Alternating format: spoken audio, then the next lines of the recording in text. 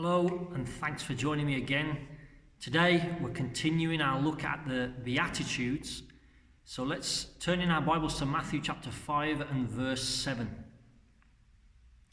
Blessed are the merciful, for they shall obtain mercy.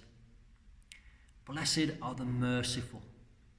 What is it to be merciful? Well, first, let me say that thinking about verse 6, where we heard that we're blessed if we hunger and thirst for righteousness. And so there is a sense in which mercy and righteousness go hand in hand. If you're seeking after righteousness, if you want to become more righteous in your character, then it will require mercy. And we see all through Jesus' ministry, we see examples of where Jesus exercised mercy. Another word might be compassion. And I think about one example in Luke chapter 18. And we read there, Jesus is on the Jericho road, and we're told that there is a blind beggar that hears that Jesus of Nazareth is walking by, and he begins to cry out, "Jesus, Son of David, have mercy on me." Or maybe your version says, "have compassion on me." And we see that the crowds try to hush him, but he cries out all the louder. And then Jesus goes over to him and asks him, "What do you want me to do for you?" To which he replies, "I want to see." And then Jesus exercises compassion, exercises mercy towards that man by opening his eyes. And so he meets his need right there and then. He has compassion upon him.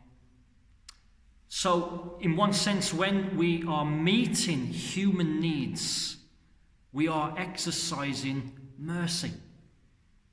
But there's another way that we should understand mercy as well. And this one is not as easy. We've all heard it said that mercy is when we don't receive what we deserve. And you know, there comes times in our lives, in our relationships with others, where we're required to exercise mercy, where we need to treat them in a way that they don't deserve. And I know it's hard because it involves forgiveness.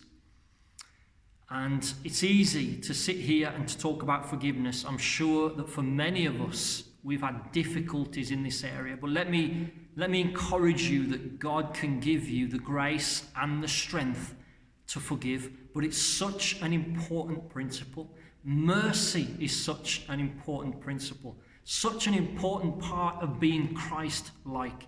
Because we serve a merciful God.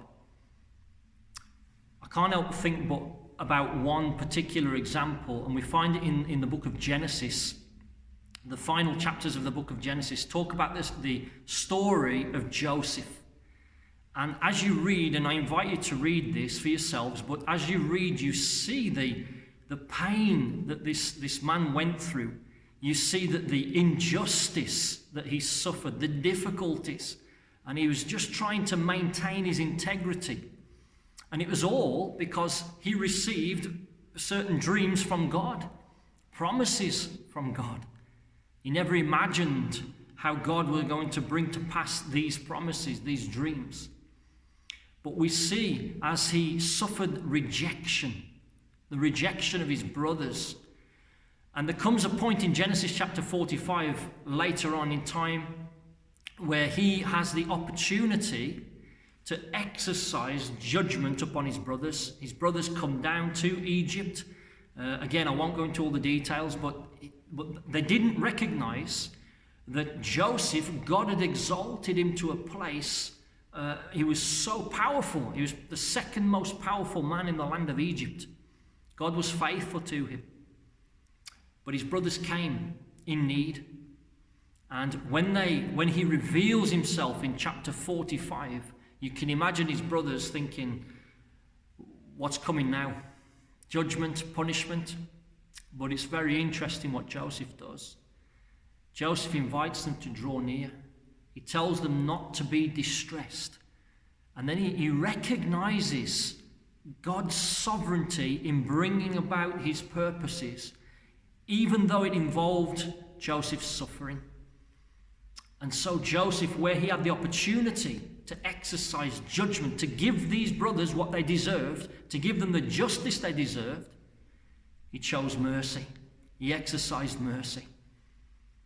Friends, again, I know it's not easy. It's not something that comes natural, is it? It's supernatural. But God is a God of the supernatural. And he can give us the grace and the mercy we need in order to be merciful to others.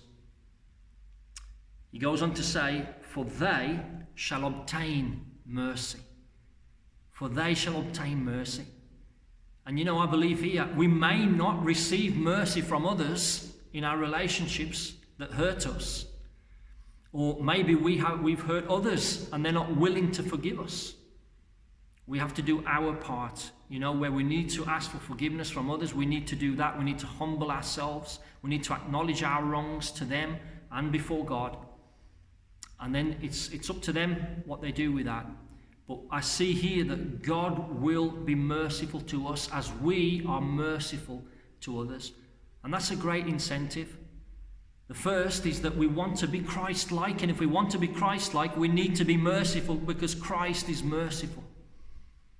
But the other thing is that we sow mercy and we reap mercy from God.